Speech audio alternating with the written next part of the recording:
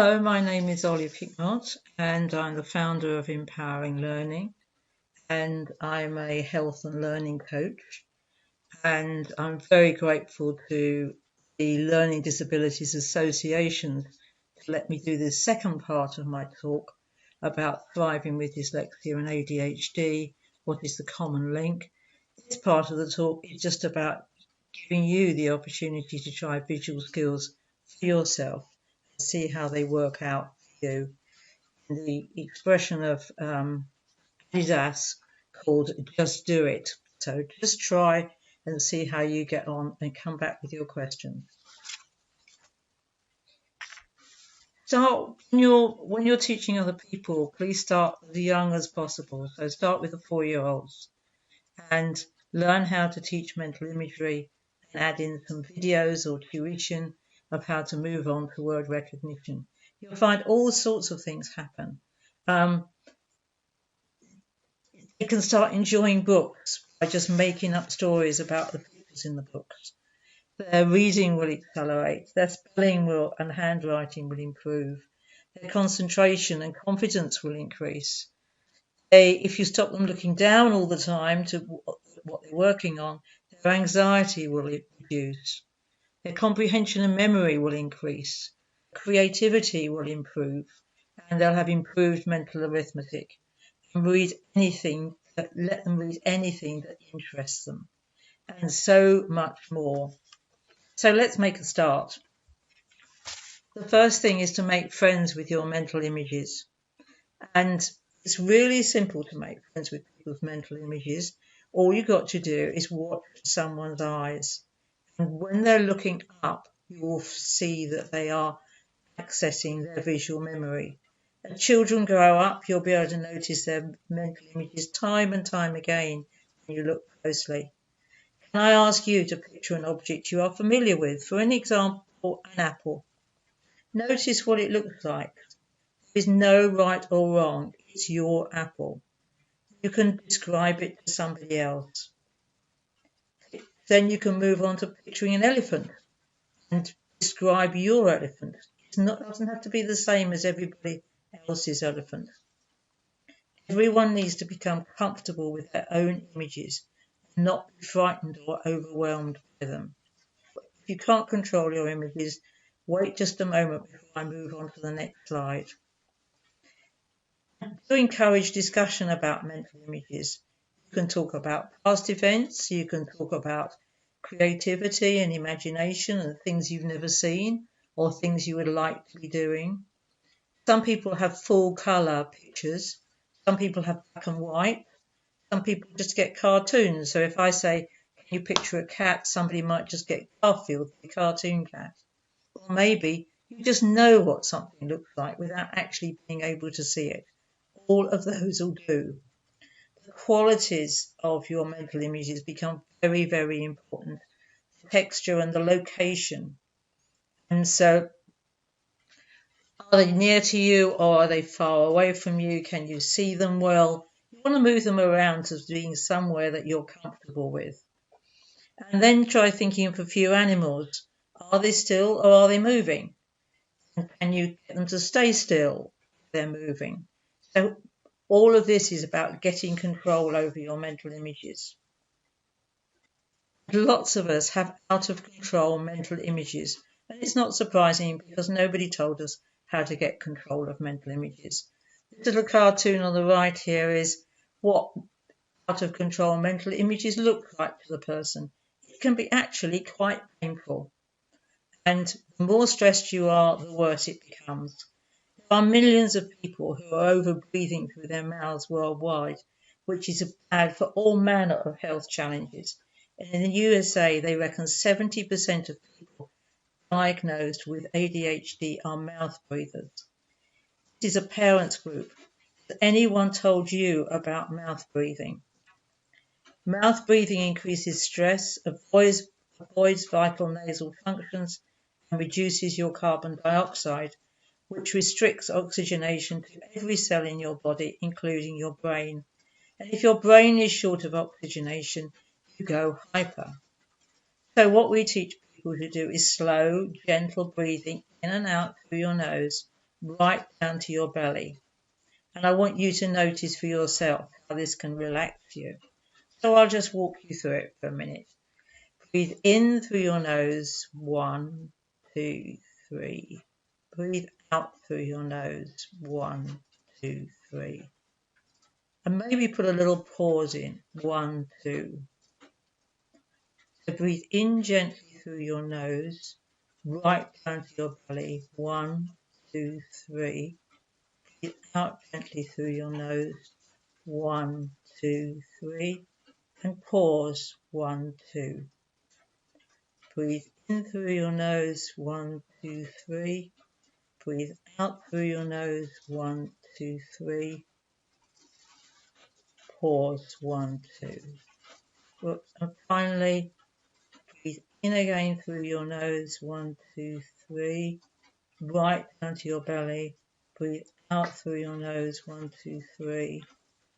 Notice how this starts to relax you and reduce your anxiety. Restorative sleep is also important, and having created a relaxed, gentle breathing, you can imagine you can ground through your feet or the base of your spine to enable you to feel solidly connected to the earth and natural gravity. With just a little practice, you can have control over your mental imagery. You will be able to select one still picture or more at will. Now let's look at how mental imagery can help you with reading, spelling, and so much more. As I said earlier, how do you populate your word form area? 100% of dyslexics I have ever met in 22 years are not reliably populating their word form area. Once they can populate the word form area, the world changes. Babies are born, of course, with no words in their word form area, and it's up to 6 weeks before they can even recognise their parents, let alone start putting words into their word form area. No schools are mentioning the word form area. And when we looked into neuroscience, it didn't tell us how to teach this. It just told us how good spellers and readers did it, and how those who were poor struggled. It didn't tell you how to get from A to B. That's what empowering learning did. So using any literacy skill may populate the word form area accidentally after much repetition, and that's absolutely great. But empowering learning has worked out the simplest way to do this, and it's very, very quick. The word form area is inadequately researched because of the commitment to phonics, which blinds people to looking for something else that will make phonics even better. Phonics is needed for new words, and we do have pieces of research that have been done by our students who, in various different settings, prove the efficacy of this. Let's now look at improving your handwriting. A really simple trick here. Write down, here is a secret. So just pick up a pen, write down in your normal way, here is a secret. Okay?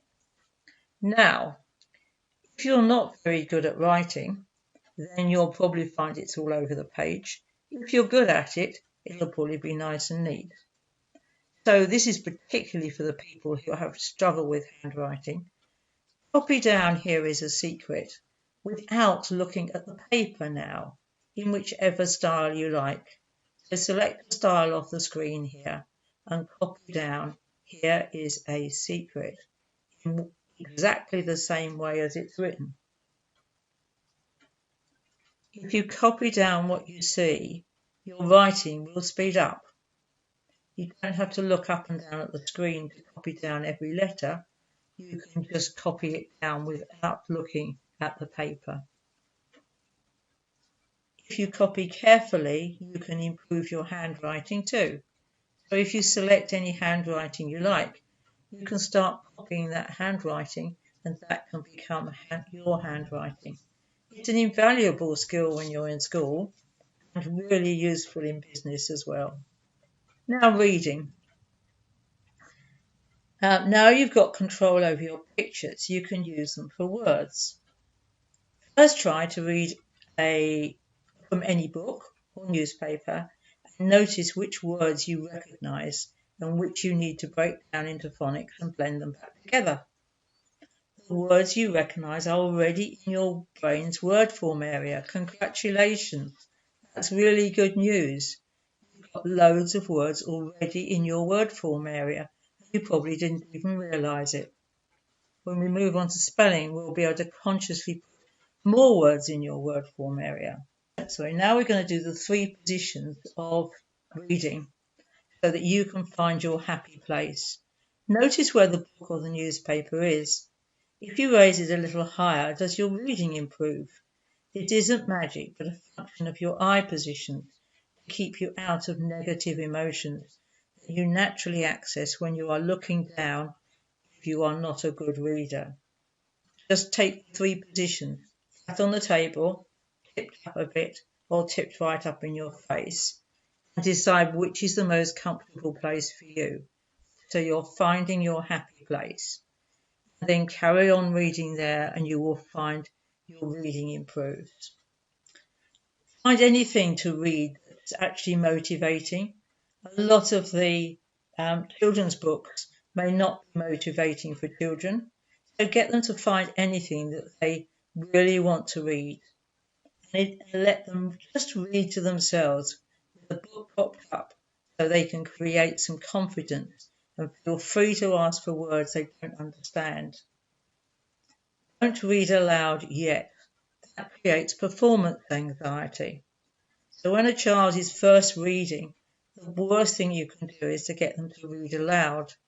And we all know why you're doing it, but on the other hand, you're creating performance anxiety. So get them to read to the cat or the dog or a baby. It'll be much easier for them and it'll reduce their stress response. Now let's just mention comprehension. If you struggle to read, go on to spelling because comprehension is going to be difficult.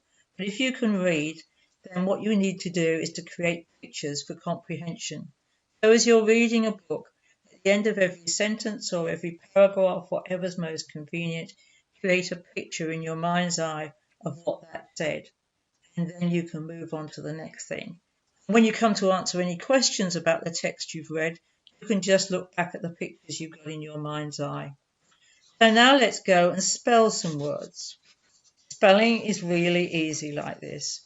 If you've tried something like look cover right before, you'll notice subtle differences that make all the difference here. So please pay accurate attention. We're going to get you to visualize words, which is an essential skill for literacy. Those who are good at literacy picture words in their mind's eye. That's mental images. English has a deep orthographic depth. Phonics isn't enough. Phonics won't be able to cope with silent letters, homophones, anything like that. So relax again. Picture a dog, say, or a cat if you prefer. Tell your image to keep still. No tail wagging, for example. Write a word dog on a post-it. Hold it in front of the person who's trying this and ask them to transfer the word onto the side of the dog. Get them to spell it forwards and then in reverse order. And then let's do a bit of practice with Teddy. Teddy is my Teddy, who is really invaluable because if you think about it, every part of a teddy bear has got really short words. You can get students to start doing ear for ear, nose for nose, and foot for foot. These are all object words which help you put words into your word form area because they are object words which will have automatically gone to your occipital lobe. You will notice these are all noun words. This is the place to start because noun words will automatically trigger your occipital lobe and then transfer into your word form area. You can use capital letters, whatever the student prefers. Use picture words to start with as a simple step-by-step process as you put the words in the pictures. You can practice with longer and longer words, always going from building on success, and hence confidence grows. Everybody can do this. Then copy down from your mental images to paper without looking at the paper. Picturing words creates word recognition and fluent reading. You only need phonics for new words. Have fun practicing. And so those are all object words, and when you think of Teddy, you'll be able to see those words stuck on the side of him. Great idea for small children. We have more visual skills for words which have no pictures, comprehension, copying down from the board, letter reversals, homophones, silent letters, learning words for spelling test, correcting mistakes and other things like handwriting, reading to the cat, which I've mentioned, visualizing numbers, visualizing times tables for maths. If you want to look for a detailed summary, you'll find lots of all these blue lozenges you will find are short videos on my YouTube channel. And if I just walk you through it, the first 4 belong to reducing anxiety. So there's a short video about nose breathing, grounding, sleep, and that dyslexia really isn't genetic, which may come as a surprise to you.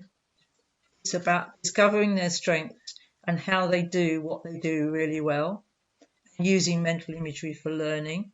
And there's several on visualizing words if you want to improve literacy. There's my neurodivergent Teddy, spelling words with no pictures, remembering what you read and improving reading. And then if you want to improve numeracy, there's another set there. The first one is numbers may actually frighten people. And so firstly, getting over the fear of numbers, then moving on to fractions and percentages and words and numbers together. And all of those short videos I did during lockdown for you to access. So, as I mentioned this morning, how can you help? It's every child's right, in my view, to know the power of visual learning and be helped to learn in the way that works best for their highly visual skills. Multisensory teaching and learning is a given in education. Every child is different and schools are teaching them as if they're all the same. And there are thousands of highly talented children who struggle in school for no fault of their own.